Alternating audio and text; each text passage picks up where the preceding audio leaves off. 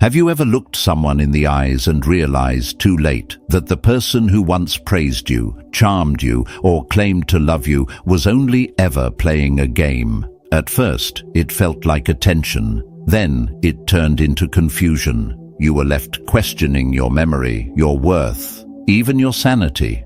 Not because you were weak, but because you were honest.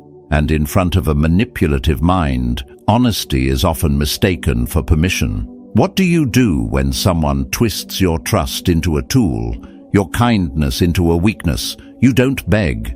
You don't fight on their terms. You outgrow the game entirely. That's what Stoicism teaches. Not how to win by force, but how to win by not needing to fight. How to stay rooted when they try to shake you. How to stay calm when chaos is their favorite weapon. This isn't about diagnosing anyone, it's about recognizing patterns of control and reclaiming your peace. Not by reacting, but by seeing clearly. By remembering who you are without their influence. So if you've ever felt like you're circling in someone else's drama, unsure how to break free, stay with me. Because clarity isn't loud, it's steady, and the moment you start seeing through the mask, you've already taken your power back. Let's begin. Number 1, heal yourself. There's a moment, quiet and private, when you realize you've been waiting for someone to rescue you from the pain they caused. And it never happens. Not because you don't deserve peace, but because they were never capable of giving it. Especially when that person is a narcissist, whose strength doesn't come from love, but from control. And their favorite time to strike? When you're down. When your spirit is tired, your self-respect is buried under shame, and your clarity is clouded by hope. That's when they return. Not because they've changed, but because you haven't fully healed. Not yet. Marcus Aurelius once wrote, "The impediment to action advances action. What stands in the way becomes the way." In other words, the wound is not what stops you, it is what teaches you the right way forward. If you want to outsmart a narcissist, don't wait to argue, expose, or convince them of your worth. Heal. Because your healing isn't just personal, it's strategic. It cuts off their access. It removes the bait. They can only manipulate what you haven't yet made peace with. So if they keep returning, ask yourself, what have I not yet reclaimed? I once knew a man who had broken free from a toxic relationship. But every time he faced failure, when he lost a job, when friends drifted, when life got silent, he found himself tempted to reach out to her again. Not because she was safe, but because she was familiar. She knew how to say just enough to hook his self-doubt. She didn't need force, she just needed him to stay unhealed. Eventually, he did the hardest thing. He stopped chasing closure, stopped retelling the story, and began rebuilding a life not centered around his pain. He exercised, read philosophy, sat in silence, and worked until he felt his strength return, not with a shout, but with stillness. One day, she messaged him, and for the first time, he didn't answer, not out of bitterness, but out of freedom. He had nothing left to prove, because he had healed the part of him that once needed her to see his worth. This is the path of the warrior, not the one who fights endlessly, but the one who finally lays down their sword and chooses to grow. Because healing is not about forgetting what happened, it's about becoming someone new, someone untouchable in the very place they once broke you. And that's where it begins, because once you reclaim your inner ground, the games lose their power. And now, it's time to take that strength a step further, by mastering the second discipline. Number 2, mirror their behavior.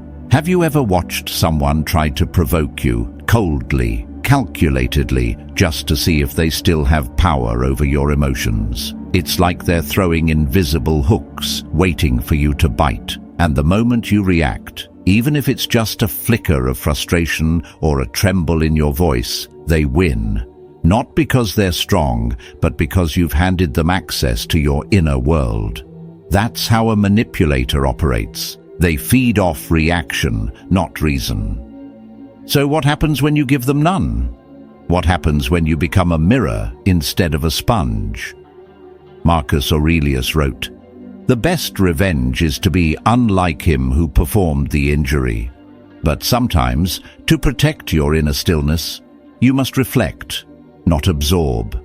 Not to imitate their cruelty, but to hold up a mirror so precise, so unshakable, that they see themselves and nothing more. This is the art of strategic detachment. You don't chase, don't beg, don't flare up. You simply return their energy, not with emotion, but with clarity. That's how you confuse the one who thinks they know how to manipulate you." There was a young woman named Aria who worked under a bitter, controlling supervisor. He made snide comments in meetings, interrupted her mid-sentence, and always wore the smirk of someone who believed he was untouchable. At first, Aria responded like anyone would. She defended herself, tried to prove her worth, tried to be the bigger person. But each time she reacted, he grew bolder. Until one day, she changed. She no longer defended her ideas. She calmly let silence do the work. When he interrupted, she paused, waited, then picked up exactly where she left off. When he made a cutting remark, she looked at him, not with hurt, not with anger, but with the kind of quiet that unsettles those who expect noise. Slowly, his games unraveled. Without her emotional fuel, his fire died. She didn't outfight him, she outlasted him. This is what it means to mirror, not to mimic their chaos, but to show them what they've become. When they raise their voice, you lower yours. When they twist the truth, you remain rooted in it. You reflect without absorbing. You embody the warrior, not one who swings wildly, but one who knows when to hold still. This, too, is the right way. Not every battle requires resistance. Sometimes it only requires that you stop feeding what was never yours to carry. And once you've learned to become the mirror, the next step is to guard your silence like a fortress. Let's talk about why your words and your quiet are your greatest weapons. Number 3. Cut off contact. What if the rope keeping you tied to your suffering is one you're still holding on to? Not because you want more pain, but because letting go feels like a kind of death. When we've given someone our time, our trust, and pieces of ourselves we can't get back, the silence that follows can feel unbearable. But here's the truth most avoid. Sometimes peace doesn't begin until connection ends, especially when that connection is to someone who feeds off your access, your reactions, your kindness, your hesitation to walk away. The longer you leave the door cracked open, the more you invite what once broke you to return. Epictetus once said, "Freedom is the only worthy goal in life. It is won by disregarding things that lie beyond our control. And there is no greater act of freedom than refusing to be a servant to someone else's chaos." Keeping in contact with a manipulative person is like letting smoke linger in a house already burned down. It may seem harmless, but it slowly fills your lungs again. It poisons your clarity, blurs your values, and keeps you in a state of waiting for an apology, for change, for something they will never truly give. There's a story of a man named Elias who had ended a long and stormy relationship with someone who always found a way back in through memory, guilt, or carefully timed kindness. She would send messages that seemed innocent. "Hope you're okay. I saw something today that reminded me of you." Elias replied at first, believing silence would seem cold, unkind. But each message pulled him back into doubt. He began re-questioning the past, reliving old wounds. Then, one night, reading Seneca's writings, he came across this line: "No man is more unhappy than he who never faces adversity, for he is not permitted to prove himself." In that moment, Elias understood. Cutting contact wasn't cruelty. It was a test of strength, a chance to choose virtue over familiarity. The next morning he blocked the number, deleted the thread, changed the locks on his emotional home, not because he hated her, but because he finally chose not to abandon himself. That's what it means to live as a warrior, not one who attacks, but one who withdraws when the field only offers harm. It's the right way forward when the past keeps dragging you down. Letting go completely isn't a sign of bitterness. It's the highest act of self-respect. You are not cruel for protecting your peace. You are not weak for walking away without a final word. You are simply done with the noise. And from that silence, something greater begins to rise, your discipline, which is exactly what we'll explore next. Number 4. Use the grey rock method. What do you do when you can't walk away entirely? When cutting contact isn't an option because of shared responsibilities, family ties, or unavoidable entanglements, but every interaction still drains something sacred from within you? Sometimes, freedom doesn't come from escaping the battlefield. It comes from learning how to become untouchable within it. Not by building walls, but by becoming a stone, steady, still, and uninteresting to anyone looking for chaos. The Stoics taught us that our inner peace is not a gift of fortune, but the result of choice. Epictetus said, "If someone succeeds in provoking you, realize that your mind is complicit in the provocation." This isn't blame, it's power. It means that the moment you stop being reactive, you reclaim control. And that's the essence of what many now call the grey rock method. But to the Stoic, it's simply indifference in action, apatheia, not coldness, not withdrawal, but calm self-command in the face of disorder. I once met a woman named Mira who co-parented with a man who lived for conflict. He knew exactly how to twist words, stir guilt, and manipulate timing. At first, she tried to reason with him. She thought if she could just explain clearly enough or stay kind enough, he would change. But with each reply, she found herself pulled deeper into the drama. So she stopped playing his game. She didn't respond to insults, didn't rise to provocation. When he sent long emotional messages, she asked her lawyer to handle the responses. When he baited her with praise followed by cruelty, she remained neutral, even dull, like a stone. He lost interest, not in the child, but in the chaos. He couldn't create anymore. Mira didn't become silent out of fear. She became silent out of strength. She stopped being the mirror for his emotional instability. She became the mountain. And in doing so, she protected the one thing he had always tried to invade, her peace. You don't have to reply to every message. You don't have to explain yourself to someone who only hears what confirms their control. Let someone else read their words if needed. Create distance. Not to escape the situation, but to rise above its influence. This is how the warrior behaves when direct combat would cost more than it's worth. The right way isn't always loud, it's often still. So the next time someone tries to stir your emotions, remember, the stone does not flinch at the storm.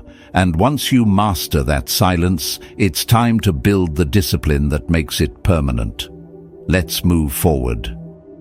Number 5. Agree with them. Have you ever stood in front of someone who insulted you, not to speak truth, but just to see if they could make you flinch? There's a particular kind of cruelty that doesn't strike with fists, but with words laced in contempt, often dressed as concern.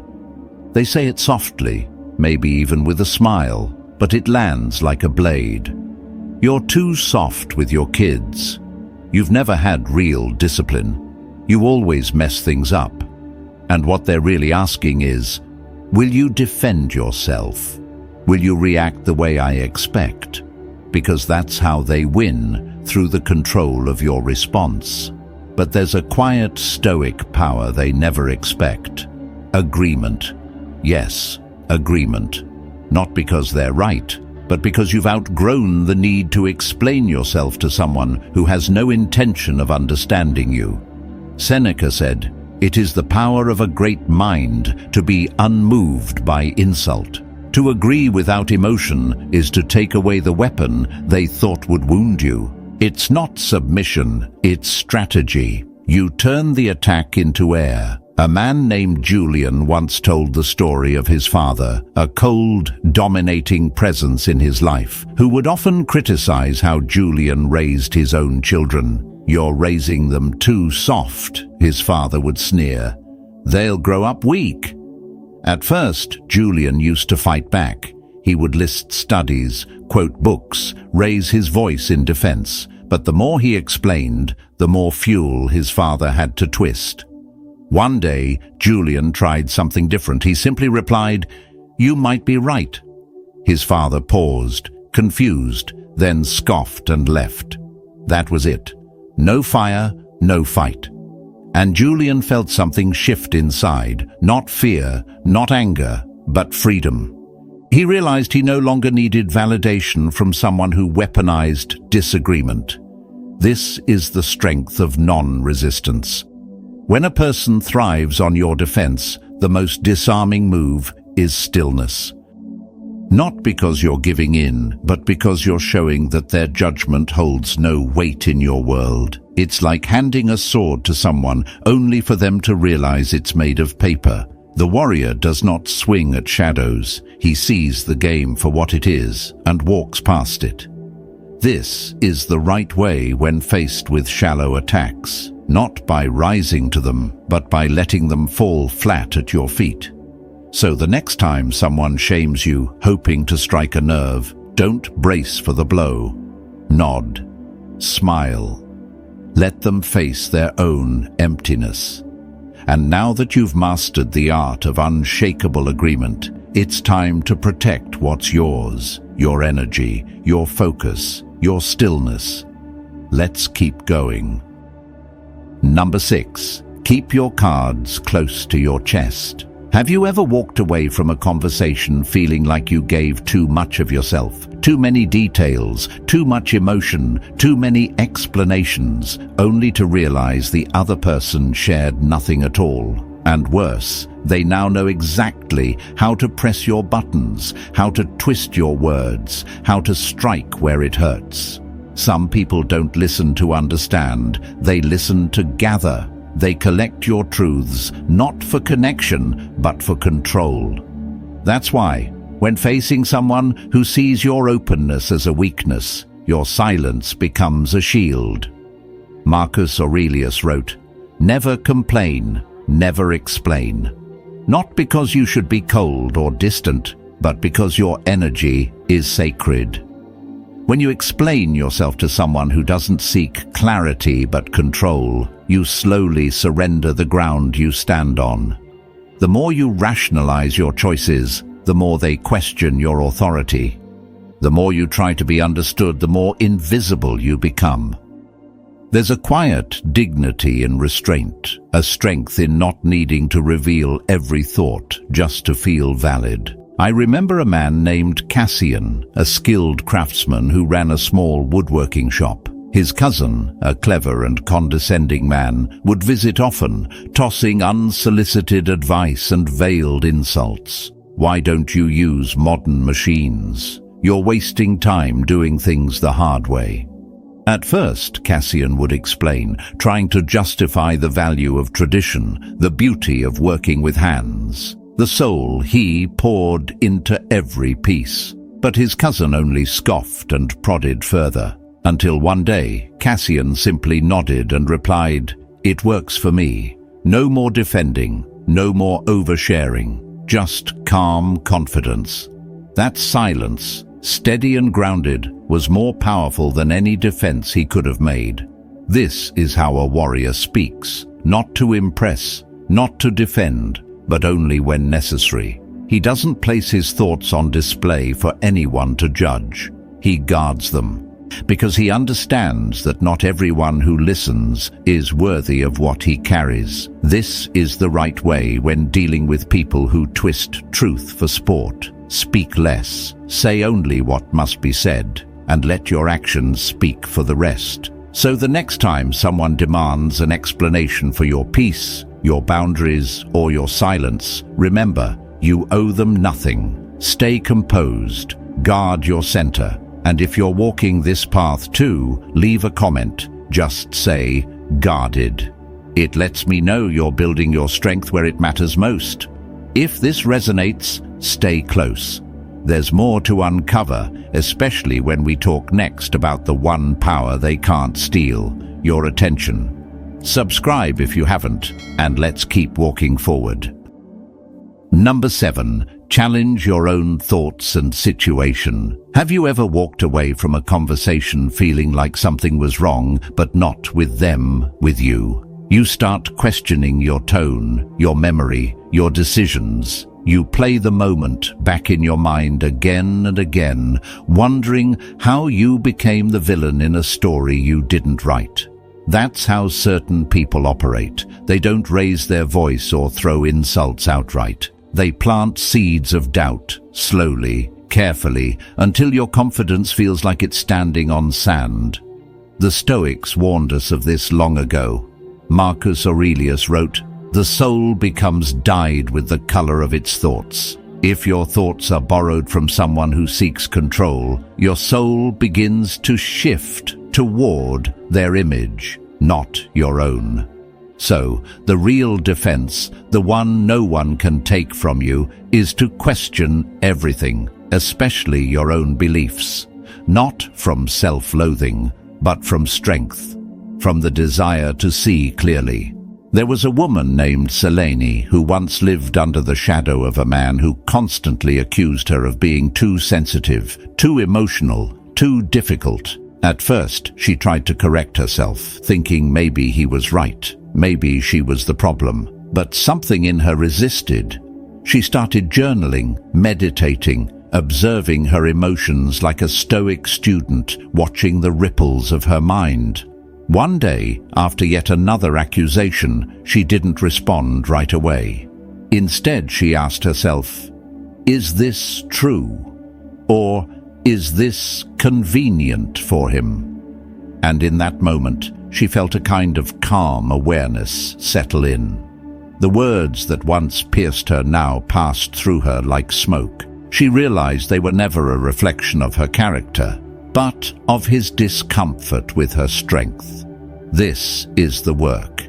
To step back, not to escape, but to observe. To question not just the words you hear, but the weight you give them. Is this thought mine, or was it handed to me by someone who benefits from my silence? This is what makes a warrior, not just someone who stands firm against others, but someone who is not easily moved by doubt dressed as feedback. The right way is rarely the easy way. It requires stillness, reflection, the willingness to sit with uncomfortable truths, and the courage to discard the lies we've internalized. But once you start doing this, clarity returns. You stop seeing yourself through someone else's distortion. You stop reacting. You start understanding. And from that understanding, you'll need a new tool, one that shields your attention and sharpens your awareness. That's where we're headed next. Number 8. You need to remain very calm. Have you ever felt your heart pounding, your breath tightening, as someone looked you straight in the eye and accused you of something you didn't do? They speak with certainty, with feigned concern or biting sarcasm, and suddenly you find yourself defending, reacting, justifying, until you realize the conversation was never about truth. It was about control. They didn't want clarity. They wanted your reaction. And if they got it, they won. This is how manipulation works, not through strength, but through bait. And the bait is always emotional. A jab about your past, a question designed to embarrass, a silence that feels like punishment. Their goal isn't peace, it's power. But the moment you stop reacting, the moment you remain still while they storm, something in their strategy collapses. Marcus Aurelius once said, "You have power over your mind, not outside events." Realize this, and you will find strength.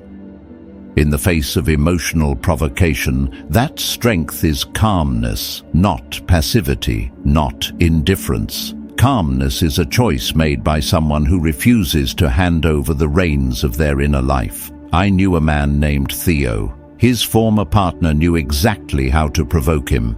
She'd accuse him of being selfish, cold, or unreliable, especially in front of others. It wasn't always loud, but it was deliberate. At first, he'd defend himself passionately, raising his voice, trying to explain. But each time he did, he walked away, feeling exposed, as if her words had shaped how others saw him. One day, after reading Epictetus, Theo decided to try something different. The next time she accused him at a gathering, calmly and publicly, he didn't flinch. He didn't defend or retaliate. He simply looked at her and said, "You're free to believe what you want." Then he turned his attention elsewhere. That one moment changed everything. Her words no longer had a hook. The tension fell flat. And in that silence, Theo discovered something deeper than confidence. He found command. Remaining calm doesn't mean you're unaffected. It means you've chosen to feel without being ruled by feeling. It means you've trained your mind to pause, to evaluate, and to respond with purpose. This is the mindset of the warrior, not one who meets every blow with a counterattack, but one who renders the blow ineffective by absorbing nothing. You become like water, flexible, clear, impossible to cut. And that is the right way when dealing with those who try to destabilize you with noise. So the next time someone raises their voice or slings a quiet insult your way, let your heart be still. Let your face stay soft. Let your voice remain low. Because the one who keeps their calm in the chaos becomes the one everyone starts listening to. And now that you've mastered the art of stillness, it's time to sharpen the one thing no one can steal from you, your attention. Let's move forward. Number 9, find ways to disengage. Have you ever felt like you were being pulled into a performance, handed a script you never agreed to read? One moment they're the victim, the next they're the hero, and somehow you're always cast as the problem. They cry, they plead, they bring up old memories, not to reconnect, but to rope you back into a cycle where your attention becomes the prize. Because for some, attention isn't love, it's fuel. It doesn't matter if it comes from conflict or compassion, so long as they remain the center of your focus. And that's exactly why the strongest move you can make is to quietly take that focus back. Marcus Aurelius reminded himself often, you don't have to turn this into something. It doesn't have to upset you. The wisdom in that is simple. Just because someone invites you into chaos doesn't mean you need to RSVP. You are allowed to disengage, to walk away, not physically, but mentally. To sit across from someone and offer them the polite minimum while your deeper attention remains planted in your own peace. That is the Stoic way, to guard your mind like a fortress and not allow every knock at the gate to be answered. There was once a teacher named Calla who worked with a colleague known for playing the martyr. He'd always find a way to bring conversations back to how overworked, underappreciated and misunderstood he was. At first, Calla would try to help, offering support, encouragement, even covering shifts. But nothing changed. The stories kept coming. The drama only grew.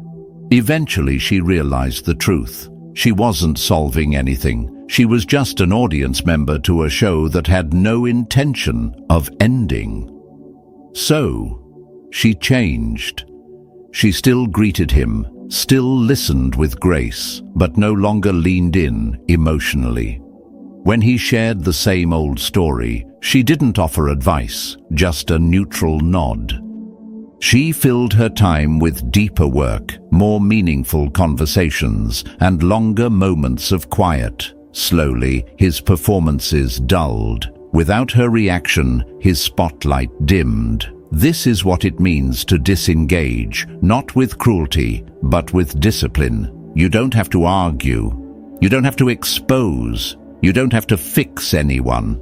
The warrior does not attend every battle just because he's provoked. Sometimes he lets the noise pass by like wind through trees. That is the right way when your attention has become the currency of someone else's illusion. So when they beg for energy, through guilt, through flattery, through drama, offer nothing but your stillness. Let them talk, let them circle, and let your silence be the reminder that your mind is no longer a stage for their story. Now, with your attention reclaimed, it's time to reclaim something even more sacred, your energy. Let's continue. Number 10. Refuse to play. Have you ever looked at someone and realized they weren't trying to connect with you, but to conquer you? Every conversation becomes a contest. Every gesture carries a hidden agenda. And the more you try to meet them with honesty, the more you feel like a pawn on a board you didn't agree to play. It's not a relationship. It's a game, but not the kind where two people grow together. It's the kind where only one walks away feeling powerful, and the other is left questioning everything, especially themselves. Seneca once said, "As long as you live, keep learning how to live." That includes learning when to step back, not out of fear, but out of wisdom. When a person thrives on control, what they fear most isn't confrontation. It's irrelevance. And nothing makes you more powerful in their eyes than refusing to play the role they've written for you. When you see the game for what it is, you realize the only winning move is to walk away. There was a young man named Elias who had spent years in a relationship with someone who never seemed to care unless he was slipping. When he succeeded, she questioned his motives. When he failed, she highlighted his flaws. And yet, she never left. She stayed just close enough to keep him second-guessing. One evening, after an argument that felt scripted, Elias sat alone and opened a worn copy of Meditations. One line stayed with him. "Choose not to be harmed, and you won't feel harmed. Don't feel harmed, and you haven't been." He read it again, and then he saw it clearly. The harm wasn't in her words. It was in the way he kept giving them weight. The next day, he didn't argue. He didn't defend. He didn't try to fix anything. He simply said, "I'm done." Not with anger, not with resentment, but with a quiet clarity that left no door open behind him. She laughed at first, mocked him, but he didn't react. And slowly, her voice faded into the background, like a character who had lost the spotlight. To refuse to play is not to surrender. It is to rise. It's what the warrior does when the battlefield offers only traps and illusions. He steps away, not because he's weak, but because he knows strength wasted in the wrong war is still strength lost. And this is the right way when dealing with someone who wants to turn your life into their stage. You don't owe them a final word. You don't owe them proof of your pain. You owe yourself peace. And once you've stepped off their board, you're no longer a piece to be moved. You become the one who decides what matters, what deserves your presence, and what doesn't. Now, let's close this journey with the final, most liberating move of all. Number 11. Listen to your body. Have you ever walked into a room and felt your chest tighten before anyone said a word, or heard a voice you once trusted and suddenly your stomach knots, your breath shortens, your mind races? You tell yourself to stay calm, but your body, long before your mind catches up, has already sounded the alarm. This isn't weakness. This isn't overreaction. This is the body remembering what the mind tried to forget. Seneca once wrote, "The body should be treated more rigorously, that it may not be disobedient to the mind." But sometimes the body is not the disobedient one, it is the wiser one. When words are used like knives, subtle, calculated, dressed in charm, the body often bears the first cut. And if you've been in the presence of someone who sharpens those words skillfully, your nervous system will carry that memory long after they're gone. So if your hands tremble, if your shoulders tense, if your breath disappears before you speak, it's not just emotion, it's an ancient defense. It's your body whispering, "Be careful." There was a woman named Isla who once worked under a charismatic executive, respected by the company, admired by many, but behind closed doors he undermined, mocked, and manipulated those he considered threats.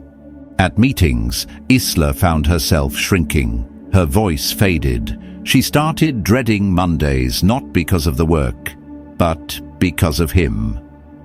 One afternoon, while on a walk, she noticed her jaw was clenched, her breath shallow, her mind looping through imaginary confrontations. And then it hit her. She hadn't spoken to him in days, yet her body was still fighting ghosts. That night, she did something different. She sat alone, closed her eyes, breathed deeply, not to escape, but to return. She asked nothing of her mind, only of her breath. Slowly, the tension softened. She realized she could not reason her way out of what her body had endured. She had to feel it, listen to it, and care for it, not as a fragile thing, but as the vessel of her strength. This is what a warrior learns on the other side of survival. The battle is not always outside. Sometimes the real fight is within, the one for stillness, for peace, for the ability to stand calm in the places that once made you collapse. And that path begins with attention, not to the noise outside, but to the subtle signals within. So when your heart races for no reason, when your breath shortens before a name is spoken, when your body speaks, listen, not with fear, but with reverence. Your body is not betraying you, it's protecting you. The right way forward isn't to suppress that voice, it's to walk beside it, breathe with it, strengthen it. Because once you reclaim your body, your breath, your presence, no one can pull you off center again. You become whole, grounded, untouchable. And with that, we close this journey, not in defiance, but in quiet power. You've seen the game, you've stepped away, and now you walk not to react, but to rise. Stay still, stay sharp, and stay free. If this message spoke to something deep within you, take a moment to pass it on to someone who may need it. Sometimes, one quiet video is all it takes to help someone reclaim their strength. And if these insights stayed with you, consider subscribing so you'll be here when the next lesson arrives. No pressure, only an open invitation to continue growing together. Leave a comment below. Just say, "Took my power," if something in this video helped you see things more clearly. Your words might be exactly what someone else needs to hear. Remember, outsmarting someone who feeds on control isn't about playing harder. It's about refusing to play, reclaiming your calm, and choosing yourself again and again. Keep walking forward with strength and clarity. The next video will meet you there.